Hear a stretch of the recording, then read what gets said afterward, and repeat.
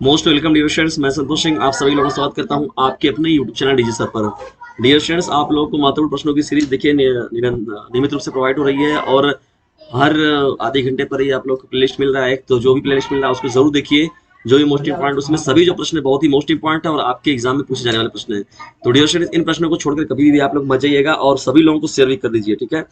तो इस चैनल के हेल्प के रूप में भी इतना काम जरूर कर दीजिए कि इसे फैला दीजिए पूरा पूरा का पूरा। और ये पूरा जितने भी प्रश्न है सभी के सभी ये जो वायरल प्रश्न है और आए हुए प्रश्न है, और इस बार भी इन प्रश्नों के आने जाने की संभावना पूरी की पूरी बनी हुई है। तो चलिए स्टार्ट करते हैं। कक्षा 10 के वाणिज्य के बच्चे एकदम तैयार हो जाए, प्रश्नों की सीरीज में अंत तक बने रहिएगा डिस्कशन।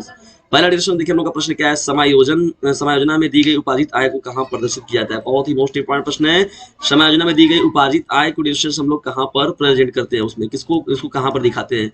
तो डियर स्टूडेंट्स, यहाँ पर बात हो रही है, देखिए समायोजना में उपार्जित आय को कहां पर प्रदर्शित किया जाता है।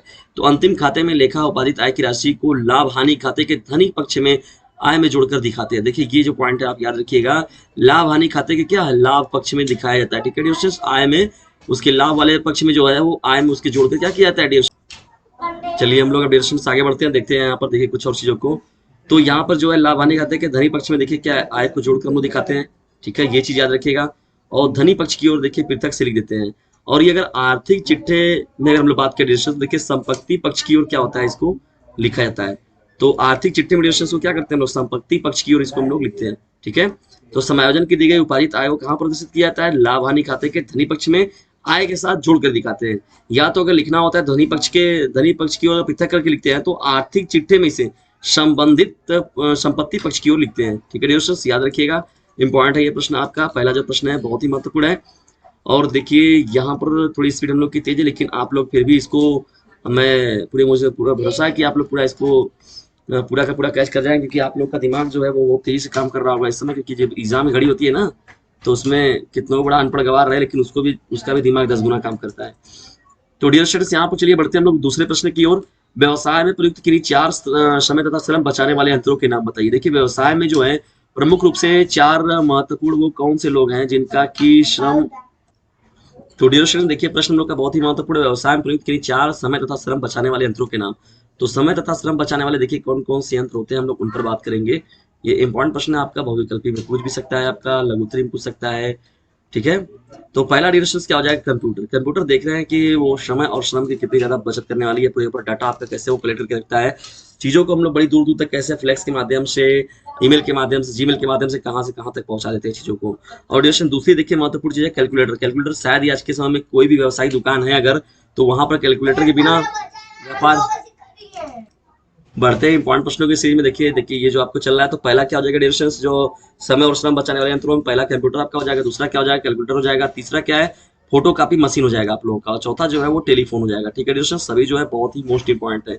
और देखिए कितने भी ज्यादा ये आपको कहाँ तक, और शायद ही कोई दुकान होगा जहाँ पर देखिए कैलकुलेटर ना मिलता हो। और फोटो कापी मशीन का मतलब होता है, जानते हैं कि हर दिन रात हर दिनों में हर जगहों पर देखिए फोटो कापी मशीन चाहिए। यहाँ आधार कार्ड देना है, वहाँ पैन कार्ड देना है, वहाँ रिजल्ट का कापी देना है, तो हर जगहों पर आपको चाहिए। देखिए तो व्यवसाय में बड़े पैमाने पर देखिए इन सभी का प्रयोग होता है। कौन कौन, कंप्यूटर, कैलकुलेटर, फोटोकॉपी मशीन और टेलीफोन, ठीक है डिस्कशन। दूसरा प्रश्न है और इंपॉर्टेंट प्रश्न है आपका यह, ठीक है।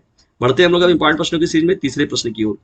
तो डिस्कशन इस प्रकार से देखिए आपका प्रश्न है, और सभी जो प्रश्न है वो बहुत ही महत्वपूर्ण है। इन सभी प्रश्नों को आप छोड़िएगा मत कभी भी, इन सभी प्रश्नों को पूरा का पूरा क्या करिएगा, देख कर जाइएगा अपने बोर्ड एग्जामिनेशन में। आइए अब हम लोग आगे बढ़ते हैं महत्वपूर्ण प्रश्नों की सीरीज में अपने तीसरे प्रश्न की ओर। बहुत ही मोस्ट इंपॉर्टेंट प्रश्न है आपका, लघु में पूछ सकता है, अति लघु में भी पूछ सकता है, और दीर्घोत्तरी में भी पूछ सकता है।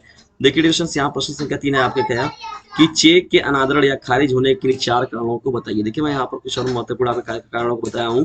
तो यहाँ पर चेक के अनादरण के बारे में, या चेक जब खारिज होता है कि चेक बाउंस हो जाता है उसको हम लोग बोलते हैं ना, तो चेक बाउंस हो जाता है। तो चेक बाउंस क्यों होता है, या चेक का अनादरण क्यों होता है, या चेक खारिज क्यों हो जाता है, तो इनके कुछ महत्वपूर्ण कारणों के बारे में देखिए यहाँ पर बात की जाएगी। और ये जो प्रश्न होगा बहुत ही ज्यादा इंपॉर्टेंट होगा, और आपके एग्जाम में इस प्रश्न के पूछे जाने की पूरी संभावना बनी हुई है। तो डियर स्टूडेंट्स, प्रश्नों की सीरीज में अंत तक बने रहिएगा, इंपॉर्टेंट प्रश्नों की सीरीज चल रही है, ठीक है। और इसे अपने क्लासमेट पर शेयर भी करते चलिए एकदम सीधे सीधे। चलिए हम लोग स्टार्ट करते हैं इसको। देखिए पहला जो इसमें बात होता है डियर स्टूडेंट्स, पहली बात क्या निकल कर आती है, यदि हस्ताक्षर अनुपस्थित है। देखिए सबसे अनिवार्य चीज है भाई हस्ताक्षर, हस्ताक्षर ही पता चला नहीं हुआ है तो क्या होगा, वो चेक खारिज तो हो ही जाएगा। चेक में हस्ताक्षर देखिए बैंक द्वारा रखे गए नमूना हस्ताक्षर से मेल नहीं खाता है तो चेक खारिज हो जाता है। या तो पहली डिरेक्शन जो अनिवार्य इसमें शर्त होती है, चेक में हस्ताक्षर जो होता है बैंक द्वारा रखे गए नमूना हस्ताक्षर से मेल नहीं खाता तो चेक आपका क्या रहता है, बाउंस जाता है, जिसको हम लोग अनादरण कहते हैं, या तो चेक आपका बाउंस हो गया। ठीक है, दूसरा इसमें देखिए डिरेक्शन पॉइंट क्या है, महत्वपूर्ण पॉइंट जो दूसरा है, तो जो तो डिरेक्शन हम लोग आगे बढ़ते हैं। देखिए चेक में हस्ताक्षर जो होता है आपका, अगर वो मैच नहीं करता है आपका, तो बैंक क्या करती है, आपके चेक का नमूना रखती है। अगर वो नमूना मैच नहीं करता है तो आपका चेक बाउंस हो जाता है या चेक खारिज हो जाता है। ठीक है, पहला पॉइंट तो आपका ये हो जाएगा और ये बहुत ही ज्यादा मोस्ट इंपॉर्टेंट है। ठीक है, और दूसरा देखिए इस डिरेक्शन में पॉइंट क्या हो जाएगा आपका, ये दूसरी पॉइंट देखिए क्या है, यदि प्राप्तकर्ता का नाम अनुपस्थित है, कि प्राप्त कौन करेगा इस चेक को, या स्पष्ट रूप से लाइन लिखा जाता है तब भी चेक आपका खारिज होता है। इसको लेने वाला कौन है, तो यदि प्राप्तकर्ता का नाम नहीं दिया जाता है उसमें, या तो वो अनुपस्थित रहता है, तो स्पष्ट रूप से यदि नहीं बताते हम लोग कि कौन वो उसको एक्सेप्ट कर रहा है, तब भी आपका चेक है क्या हो जाएगा, उस केस में भी आपका चेक बाउंस हो जाएगा। ठीक है, दो महत्वपूर्ण ये देखिए रीजन आपको मिले। तीसरे महत्वपूर्ण रीजन की ओर हम बढ़ते हैं। तीसरे देखिए इसमें महत्वपूर्ण आपका जो रीजन क्या है, मैं यहाँ पर देखिए पूरा का पूरा कई पॉइंटों को बताया है मैंने यहाँ डिस्कशन, ताकि आप लोगों का जो है ना कि प्रश्न जो है वहां पर आप आसानी से इसको लिख सके। कोई एक दो छूट भी जाएगा तो कोई दिक्कत नहीं है। यदि शब्दों और आंकड़ों में लिखी गई राशि एक दूसरे से मेल नहीं खाती, मतलब ये दिखा गया कि शब्दों और अंकों में लिखा हुआ, जैसे पता चला कि आपने लिखा अंकों में 1 लिख के 3 जीरो लगा दिया अंकों में, और शब्दों में पता चला उसको 2000 लिख दिया, तब भी वहां पर क्या हुआ, जब अंकों का आंकड़ा और शब्दों का जब दोनों का मैच नहीं करेगा, तो जो भी आप अमाउंट लिखेंगे, चाहे उसको हिंदी में अंकों में लिखिए चाहे उसको शब्दों में लिखिए, वो दोनों का दोनों जो है मैच करना चाहिए। जब मैच नहीं करेगा तो वो निश्चित रूप से आपका क्या हो जाएगा, चेक बाउंस हो जाएगा। तो तीसरा देखिए महत्वपूर्ण रीजन आपका निकल कर आता है चेक के बाउंस होने का डिरेक्शन। ठीक है, आइए और जानते हैं कुछ महत्वपूर्ण पॉइंटों को हम लोग। तो ये यहाँ पर देखिए चौथा जो पॉइंट आपका डिरेक्शन क्या हो जाएगा, यदि खाता संख्या स्पष्ट रूप से उल्लिखित नहीं है या पूरी तरीके से अनुपस्थित है, तो भाई जाहिर सी बात है कि चेक में जो है वो तो खाता संख्या की बात हो गई, या कि उसकी उपस्थिति तो अनिवार्य है, क्योंकि उसी की बेस पर पूरा का पूरा आपका काम हो रहा है।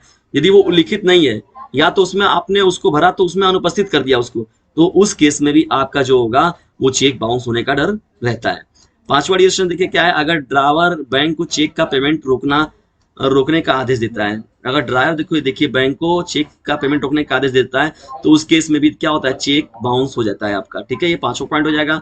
छठवां पॉइंट क्या है, अगर कानून की अदालत ने बैंक को चेक कर पेमेंट रोकने का आदेश दिया है, देखिए कानून की अदालत जो होता है, यानी कानून के द्वारा देखिए क्या है, बैंक को चेक कर पेमेंट कर रोकने का आदेश दे दिया है, तो उस केस में भी क्या होता है आपका, उस केस में भी आपका चेक जो होगा वो बाउंस कर जाएगा, या तो चेक आपका अनादरण हो जाएगा। ठीक है ना, ये कुछ महत्वपूर्ण आपके पॉइंट हो जाएंगे। कुछ और महत्वपूर्ण पॉइंटों को हम लोग देखते हैं कि चेक के अनादरण और खारिज होने की क्या वजहें होती हैं। ठीक है डियर स्टूडेंट्स, देखिए सातवां तो यहाँ बात हो गई आप लोगों के साथ पूरा करने बैंक खाते में। देखिए सातवां पॉइंट, तो यदि ड्रावर ने खाता बंद कर दिया है चेक पेश होने से पहले, तो चेक पेश होने से पहले यदि खाता बंद हो गया है किसी का, तो ड्रावर ने अगर खाता आपका बंद कर दिया है, तो उस केस में भी चेक जो होगा वो आपका बाउंस कर जाएगा, या चेक जो होगा वो अनादर हो जाएगा, तो खारिज हो जाएगा। ठीक है, आठवीं पॉइंट डिरेक्शन में क्या निकल कर आती है, देखिए महत्वपूर्ण रूप से, यदि चेक के पेमेंट को पूरा करने के लिए बैंक में खाते में अपर्याप्त राशि हो। ठीक है, चेक भाई जाहिर सी बात है, अगर आप चेक काट दिए 5 लाख का, पता चला कि बैंक में आपका 50,000 ही केवल है, तो अमाउंट कम है और यहाँ पर क्या है आपका चेक में पेमेंट ज्यादा है, तो निश्चित तौर पर क्या होगा, बैंक कभी भी ऐसा नहीं कि 50,000 आप रखें अपने अकाउंट में और आपको 2 लाख का चेक भजा कर दे देगी। बैंक में काम करने वाले लोग बेवकूफ नहीं है।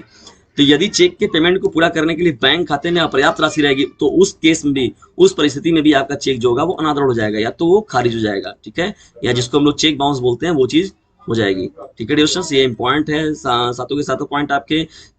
मैंने पूरा का पूरा देखिए जितने भी पॉइंट है मैंने सब पर बात करने का इसलिए प्रयास किया ताकि आप लोगों को याद रहेगा, कोई भी अगर 4-5 तो आप इसको लिख जाएंगे। देखिए 9वां पॉइंट क्या हो जाएगा, यदि बैंक को ड्रायर की मृत्यु हो गई या पागलपन हो गया या दिवालिया होने की सूचना मिलती है, जैसे पता चल गया बैंक को कि भैया जो इसको चलाने वाले हैं या जो खाता धारक है तो उनकी मृत्यु हो गई है, या अचानक वो पागलपन उनके अंदर आ गया, पागल हो गए वो, या दिवालिया हो गए हैं, तो इस परिस्थिति में भी बैंक जो होती है वो चेक को क्या करती है, बाउंस कर दिया, चेक जो होता है अनादर हो जाता है, तो खारिज हो जाता है। ठीक है, तीन प्रकार से आपका पूछ सकता है, चेक के अनादर के रूप में पूछ सकता है, खारिज होने के रूप में भी पूछ सकता है, और चेक बाउंस के रूप में भी पूछ सकता है। तो किसी भी तरीके से आपसे पूछे, आप इसका उत्तर जो है वो सटीक रूप से दे दीजिएगा। आइए देखते हैं कुछ और जो चेक बाउंस होने के पीछे वजह क्या है। मैंने टोटल पूरा का पूरा ओवरऑल जितना भी था समय पूरा का पूरा मैंने ज्यादातर पर कवर करने का प्रयास किया है। 10वां पॉइंट क्या है, यदि चेक पर किए गए किसी भी परिवर्तन को ड्रायर ने अपना हस्ताक्षर देकर साबित नहीं किया है। देखिए कभी कभी क्या होता है, ओवर राइटिंग, तो चेक पर कभी भी ओवर राइटिंग नहीं करना चाहिए। ओवर राइटिंग की चेक पर क्या होता है, ओवर राइटिंग की वजह से भी आपका चेक क्या हो जाता है, बाउंस हो जाता है, रद्द हो जाता है। तो इस परिस्थिति में भी कभी भी क्या करना चाहिए, कभी भी ओवरलैपिंग नहीं करना चाहिए। तो चेक पर यदि आपका ओवरलैप कर जाता है या आप उसको दोबारा चढ़ा देते हैं उस पर लिख देता है, उस केस में आपका चेक क्या हो जाएगा, बाउंस हो जाएगा या तो रद्द कर दिया जाएगा। 11वां पॉइंट क्या डिस्कशन में देखिए, बहुत ही इंपॉर्टेंट है 11वां पॉइंट भी इसमें। यदि तारीख का उल्लेख नहीं किया गया या गलत तरीके से लिखा गया या उल्लिखित तारीख 3 महीने पहले की है, तब भी उस परिस्थिति में भी आपका चेक जो हो जाएगा बाउंस हो जाएगा। जैसे तारीख नहीं लिखा गया या गलत तरीके से लिखा गया, जिस पैटर्न पर लिखना है उस पैटर्न पर नहीं लिखा गया, या उल्लिखित तारीख जो होगा 3 महीने पहले की है, तो उस केस में भी क्या होगा, आपका जो चेक होगा बाउंस हो जाएगा। तो चेक के बाउंस होने के पीछे देखिए इतने महत्वपूर्ण कारक होते हैं, क्योंकि बैंक जो होता है चेक से इतना आसानी तरीके से पैसा नहीं देती है। तो ठीक है डिस्कशन, ये पॉइंट जो है बहुत ही इंपॉर्टेंट है। इन प्रश्नों का जो पॉइंट उनको देख कर जाइएगा। तो इस तरीके से क्या है जो आपके प्रश्न है, तो ठीक है डिस्कशन, इस प्रकार से आप इन प्रश्नों को देखिएगा, बहुत ही इंपॉर्टेंट प्रश्न है। अब बढ़ते हैं हम लोग, देखिए चौथे प्रश्न की ओर। चौथा देखिए हम लोग का प्रश्न जो आपका लघु उत्तरी में भी पूछ सकता है, तो दीर्घ उत्तरी में भी, और इस प्रकार से मैंने इस पर बात भी किया हुआ है कि आप पूरे में किसी में भी पूछे आपसे, आप आसानी से इसको लिख सकते हैं। देखिए प्रश्न क्या है, प्रतिज्ञा पत्र को परिभाषित कीजिए और इनके पक्षकारों के नाम बताइए। प्रश्न बहुत ही इंपॉर्टेंट है, प्रतिज्ञा पत्र को परिभाषित कीजिए और इनके पक्षकार कौन कौन होते हैं। यदि प्रतिज्ञा पत्र जो होता है तो उसमें कितने पक्षकारों को शामिल किया जाता है, ये मुख्य रूप से आपका प्रश्न है। तो अगर दोनों प्रश्नों को आपको अति लघु में भी पूछ सकता है, लघु उत्तरी में पूछ सकता है अलग अलग रूप से, और अगर दोनों को मर्ज कर दिया जाए समझिए, तो समझिए आपका दीर्घ उत्तरी का काम हो जाएगा। तो आइए देखते हैं इन प्रश्नों के उत्तर कॉम्बिनेशन, जो प्रश्न संख्या आपका 4 है और ये बहुत ही इंपॉर्टेंट प्रश्न है। देखिए भारतीय पराक्रम में विलेख अधिनियम जो आया हुआ था, कब आया था, ये 1881 में आया हुआ था। ठीक है, कब आया था, 1881 में। के अनुसार देखिए प्रतिज्ञा पत्र पर एक लिखित हस्ताक्षर सहित विवरण पत्र है, मतलब ये लिखित हस्ताक्षर के साथ एक विपत्र तैयार किया जाता है। बैंक या करेंसी नोट नहीं, जिनको लिखने वाला बिना शर्त के एक निश्चित राशि किसी व्यक्ति को, ठीक है, तो लिखने वाला जो होता है, लिखने वाला बिना शर्त के एक निश्चित राशि किसी व्यक्ति को अथवा उसके आदेशानुसार किसी अन्य व्यक्ति को अथवा उस विपत्र के धारक को देने की प्रतिज्ञा करता है।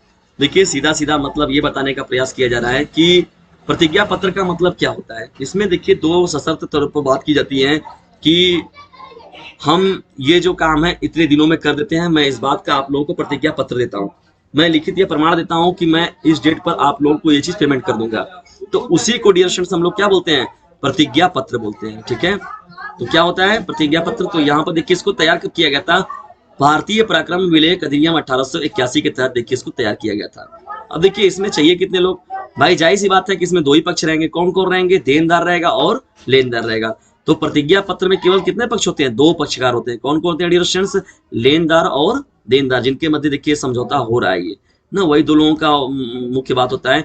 दो पक्षकार होते हैं, लेखक यह वह व्यक्ति होता है जो निश्चित राशि के भुगतान के लिए प्रतिज्ञा पत्र लिख कर देता है, और यह व्यक्ति साधारणतः ऋणी कहलाता है। पाने वाला वह व्यक्ति होता है जिसको प्रतिज्ञा पत्र की राशि का भुगतान किया जाता है, इस व्यक्ति के पक्ष में ही प्रतिज्ञा पत्र लिखा जाता है। तो इस प्रकार से देखिए मुख्य रूप से क्या होता है, एक लेनदार होता है और एक देनदार होता है। तो एक प्रकार से एक ऋणी होता है और एक धनी होता है। तो जो ऋणी होता है वही पत्र को लिखकर देता है, और जो लेता है प्रतिज्ञा पत्र की राशि का, तो वो भुगतान जब उसका हो जाएगा तो उस प्रतिज्ञा पत्र का वहां से महत्व समाप्त हो जाता है।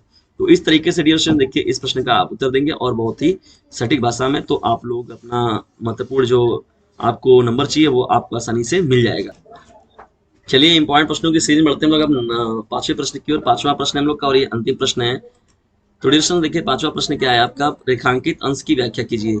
या जैसे कह रहा है कि रेखांकित क्या होता है, रेखांकित भाग क्या होता है, रेखांकित अंश क्या होता है। तो देखिए डियर स्टूडेंट्स आपका कॉमर्स की बात दुनिया में बात किया जाए, वाणिज्य की दुनिया में यदि आप किसी शब्द या वाक्यांश जैसे किसी चीज को रेखांकित करते हैं तो आप उसके नीचे एक रेखा खींचते हैं ताकि लोग उसे नोटिस करें या उसके अतिरिक्त महत्व दें, जिसे हम रेखांकित अंश कहते हैं। तो रेखांकित अंश का भी जो रोल है वो वाणिज्य की दुनिया में बहुत बड़ा है डियर स्टूडेंट्स, क्योंकि वहां पर देखिए जब भी कोई साइन वगैरह करता है तो देखेंगे उसके नीचे ऐसे वो लाइन खींच देता है, ठीक है, ताकि उसको इंडिकेट करता है ये जो मैं चीज बता रहा हूँ वो एक विशेष प्रकार की चीज है। तो रेखांकित अंश की जो व्याख्या की जाती है डियर स्टूडेंट्स, तो क्या किया जाता है, कोई भी वाक्यांश हो, कोई भी चेक बाउंस, कोई भी चेक तैयार किया जाता है या कोई भी जो आप विवरण पत्र तैयार करते हैं, तो उस विवरण पत्र के नीचे क्या होता है, साइन वगैरह जब किया जाता है, कुछ मैटर लिखा जाता है, तो उसको विशेष करने के लिए वहां पर क्या करते हैं हम लोग, जैसे मैंने यहाँ पर लाइन दिखाया हुआ है, कुछ महत्वपूर्ण चीजों को मैं आपको दिखा रहा हूँ, देखिए इनको मैंने लाइन खींच दिया हुआ। तो इसीलिए देखिए वाणिज्य की दुनिया में या बैंकिंग की दुनिया में ये ऐसे आपको रेखांकित चीजें मिलती हैं, तो उसका महत्व क्या हो जाता है, बढ़ जाता है। तो उस वाक्यांश को, उस शब्द को, उस जो लिया गया उसको महत्व देने के लिए जो भाग खींचा जाता है तो उसी को हम लोग क्या कहते हैं, रेखांकित अंश कहते हैं। और वाणिज्य की दुनिया में जो रेखांकित अंश की बात है वो बहुत ही इंपॉर्टेंट है। डियर स्टूडेंट्स, आप लोग के पास समय बहुत कम है, लेकिन रेगुलरली देखिए जो हमारे स्टाफ मेंबर है वो रेगुलर आप लोग के लगे हैं और लगातार रूप से आपको वीडियोस भी मिल रहा है। तो उसको पहले से ही देखिए चैनल आप, मैं पार्टिकुलरली अब भेज नहीं पा रहा हूँ, जब मैं खाली था तो उस समय आप लोगों को पार्टिकुलरली भेज देता था।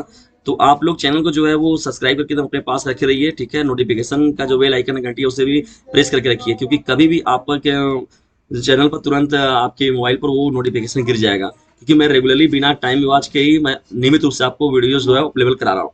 तो इसे मेरे हेल्प ग्रुप में एक का काम करना है आपको कि डीजे सर चैनल का जो भी मोस्ट इंपॉर्टेंट वीडियो आपको लगे उसे अपने क्लासमेट में शेयर जरूर कर दीजिए, क्योंकि जानते हैं कि ऑनलाइन प्लेटफॉर्म का जो सबसे महत्वपूर्ण साधन होता है स्टडी का वो शेयरिंग ही होता है। तो sharing is the best way of learning. तो डियर स्टूडेंट्स, जो भी वीडियो आपको इंपॉर्टेंट लगते हैं तो उसे क्या करिए, शेयर जरूर करिए, ठीक है। तो मिलते हैं हम लोग जल्दी अगली वीडियो में, तब तक के लिए टेक केयर, गुड बाय, जय हिंद, जय भारत। तो डियर स्टूडेंट्स, इस वीडियो को शेयर जरूर कीजिए। मिलते हैं हम लोग अब आपके नेक्स्ट सेशन के साथ और नेक्स्ट महत्वपूर्ण प्रश्नों की सीरीज के साथ। और जो 12th के बच्चे हैं उन पर देखिए मैंने बहुत ऑलरेडी इंग्लिश के जो हैं और हिस्ट्री के मैंने काफ़ी वीडियोस बना रखे हैं, लगभग आपको 40-40 वहाँ पर वीडियो अवेलेबल मिल जाएंगे, तो उनको आप लोग देखते रहिए, ठीक है। और जो भी मुझे मोस्ट इंपॉर्टेंट समझ में आएगा मैं आप लोग को अवेलेबल करा दूंगा। आपका 2 से 3 दिनों में भी एग्जाम है, लेकिन कॉमर्स वाले बच्चों का जो सुबह है उन पर मैंने मटेरियल बहुत कम तैयार कर रखा है, तो अचानक बहुत से बच्चे परेशान हो गए। तो डियर उनको जरूर देखिए आप लोग, और क्लास 10 के बच्चे जो हैं पूरे कॉमर्स की पूरी जो सीरीज आपको भेजी जा रही है तो उसको दूर तक फैला दीजिए, ठीक है, ताकि सभी जो बच्चे हैं वो उनके अंदर से डर निकल सके और वो पूरे कॉन्फिडेंस के साथ अपना एग्जाम दे सके, ठीक है। Dear student, take care, good bye.